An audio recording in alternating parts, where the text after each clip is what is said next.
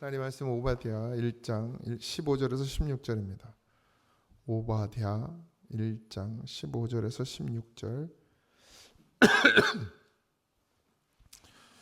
구약성경 1286쪽입니다. 제 성경으로 구약성경 1286쪽 6쪽 오바댜 1장 15절에서 16절 2절입니다.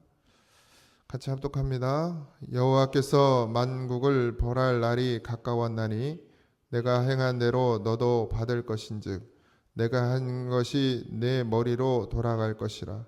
너희가 내 성산에서 마신 것 같이 만국이 항상 마시리니 곧 마시고 삼켜서 본래 없었던 같이 되리라. 아멘. 할렐루야. 오바댜 예언자는 앞서 우리가 읽은 본문 가운데 에돔이 형제와도 같은 유다에게 저지른 악행들을 금해야 하는 이유, 그러니까 멈춰야 하는 이유에 대해서 여호와의 날이 이제 가까웠기 때문에 하나님 앞에 엎드려져야 살 수 있다라는 것을 경고하고 있습니다. 그러나 이미 에돔은 하나님의 뜻을 거스리고 하나님의 백성인 이스라엘 유다를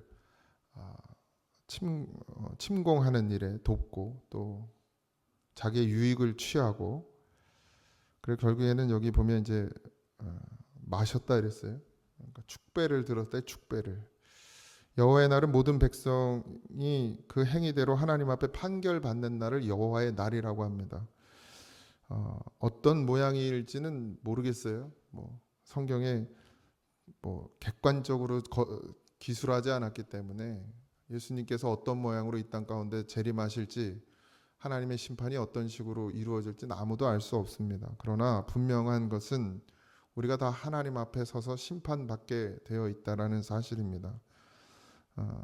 의의 심판을 받든 불의의 심판을 받든 두 가지 중에 한 심판을 받게 될 것이고, 예수 믿음으로 산 자는 반드시 이 땅 가운데서 구원을 얻은 그대로 하나님 앞에 가서도 그 구원을 이루을 줄을 믿습니다. 땅에서 이루어진 것 같이 하늘에서도 이루어지고, 하늘에서 이루어진 것 같이 또 땅에서도 이루어지는 것이 복음이고 말씀이죠. 우리가 말씀으로 붙들려 있으면, 그래서 믿음으로 살고 있으면 염려할 것도 걱정할 것도 없습니다. 하나님 나라에 가는 것, 지금 이미 우리가 하나님 나라 안에 살고 있죠. 물론 땅을 밟고 살고 있지만 우리의 심령은 이미 하나님의 나라 안에 거하고 있습니다. 그 믿음이 있다면 분명히 갈 것이고, 심판대에 선다고 해서 두려워하거나 떨 것도 없죠.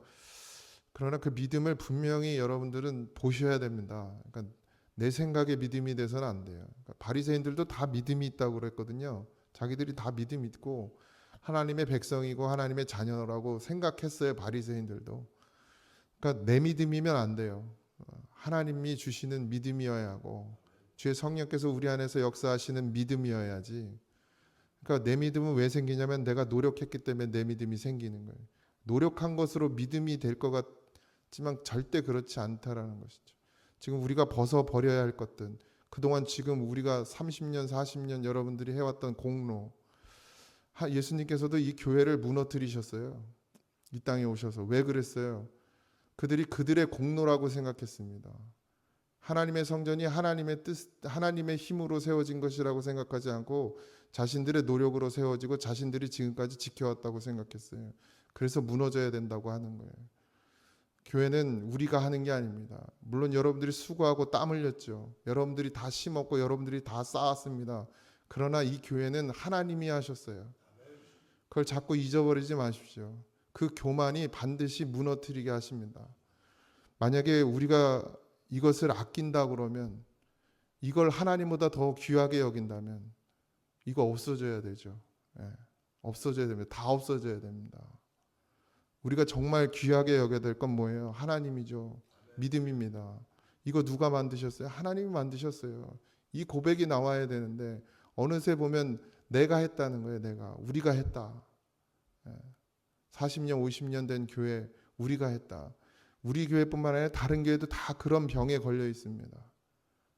이게 빨리 없어져야 돼요. 하나님 놓치면 다 끝납니다. 에돔도 하나님을 놓쳤기 때문에 끝났어요. 이스라엘, 유다도 하나님을 놓쳤기 때문에 끝났어요. 그들이 성전이 없었습니까? 제사 드릴 곳이 없었습니까? 그들이 제사를 드리지 않았습니까? 그들의 율법의 열심은 우리보다 더했습니다.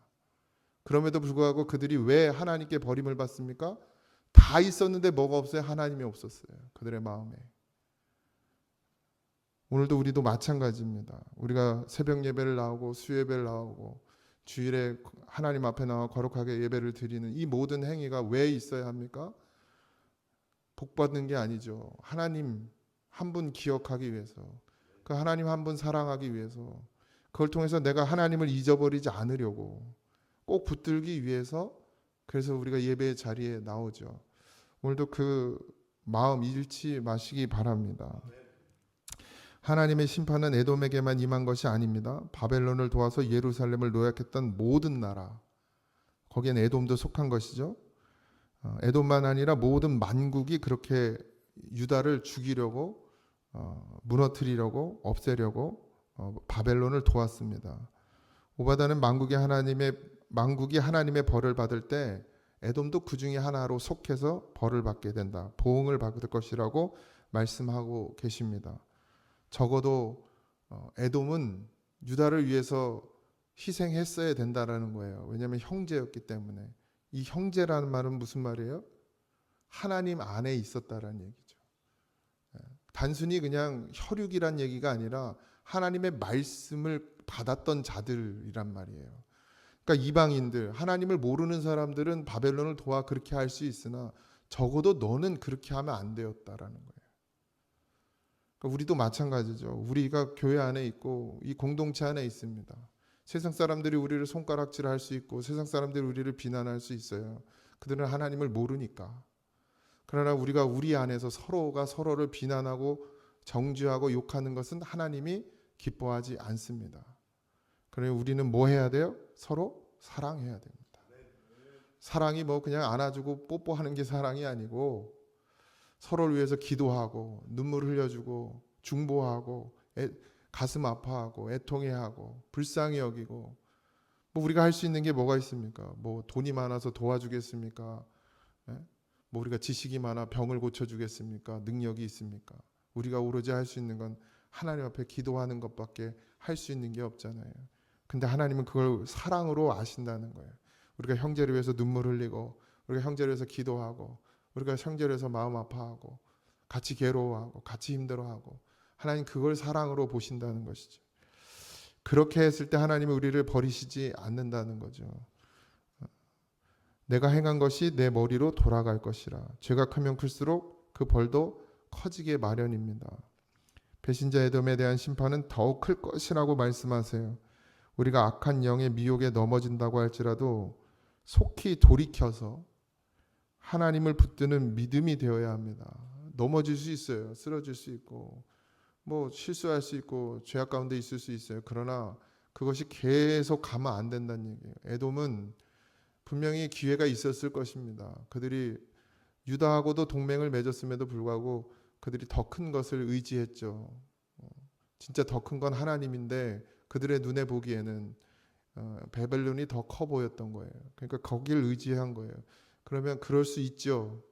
우리가 육신을 의지할 수 있습니다. 돈이 없는 사람은 돈이 의지되고, 건강이 없는 사람은 건강을 자꾸 의지하게 되고, 자식을 자꾸 의지하게 되고, 그럴 수 있어요. 그러나 거기서 계속 가다 보면 나중에 하나님이 없는 거예요. 거기까지 가지 말란 얘기죠. 제일 큰 죄는 뭡니까? 하나님을 버리는 게 제일 큰 죄예요. 처음엔 안 그럴 수 있어요. 뭐 이 정도 그러다가 끝에는 결국 뭘 버리게 돼요? 하나님을 버리게 되는 거예요. 인간이 늘 그래요, 길이. 그러니까 하나님은 거기까지 가지 말아라 이거죠. 거기까지 가지 마라. 돌이켜라. 언제든지 돌이켜라 이거예요.